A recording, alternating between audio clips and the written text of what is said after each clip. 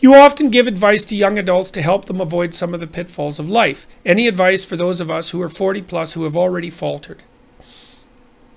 Look, first Graham, this is Graham. Everybody who is 40 plus has already faltered, but I'm presuming that you mean faltered in a manner that appears to you to be above the average, right? Well, what I would really recommend is, I think that you should, if you haven't already, you should go do the future authoring program and maybe the past authoring program too, because you should figure out exactly how you faltered.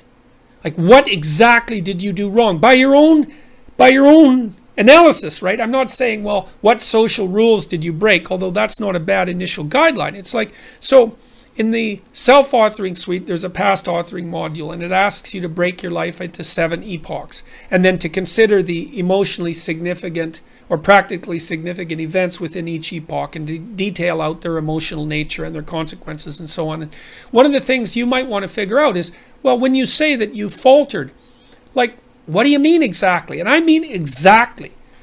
Go over your life with a fine-tooth comb. This is what Alexander Solzhenitsyn did, by the way, in the Gulag, before he wrote the Gulag Archipelago. He went over his life and said, okay, well, like, where did I go wrong? What did I squander? What mistakes did I make? And what did I do right? So that you can orient yourself now. And then you want to think, and this is why we built the future authoring program, well, look, you got 40 years left, man. So what do you want them to be like? So what do you want to aim at? At least, how are you going to minimize the misery if nothing else? And so you need a plan. And then what you need to do is to figure out how to work day to day so that you incrementally approach that plan. So I have another chapter in this new book called Compare Yourself to Who You Were Yesterday Rather Than to Who Someone Else Is Today. And that's really a useful psychological stance for someone who's 30 and over in particular.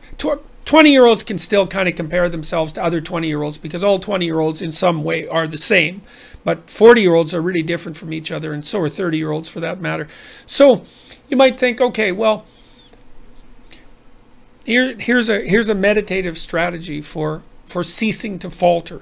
You could wake up in the morning, or you could do this at night before you go to bed, and you could think, okay, look, I want to structure my day tomorrow so that when I'm done with the day, my life is in slightly better order than it was when I woke up this morning. It's just slightly better, because incremental progress is massively, massively effective, because it bears exponential fruit, just like a bank account. Compounds. Incremental progress compounds with time. So you can get up in the morning and you can think, okay, there's some things in my life that I could put in order today. They're usually things you don't want to do, as I mentioned earlier. What could I do today that would help put my life in order that I would do?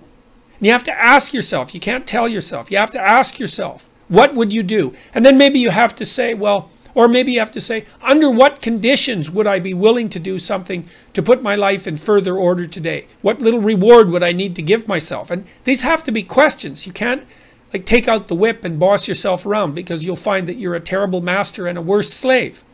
And so you can get a long ways if you look low enough. One of the things Carl Jung said, which I really liked, was that modern people don't see God because they don't look low enough. They don't have the humility.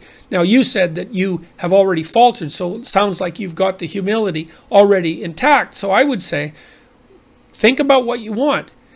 Think about what you know around you isn't set right, because you'll know. Make a list of things that around you that aren't right.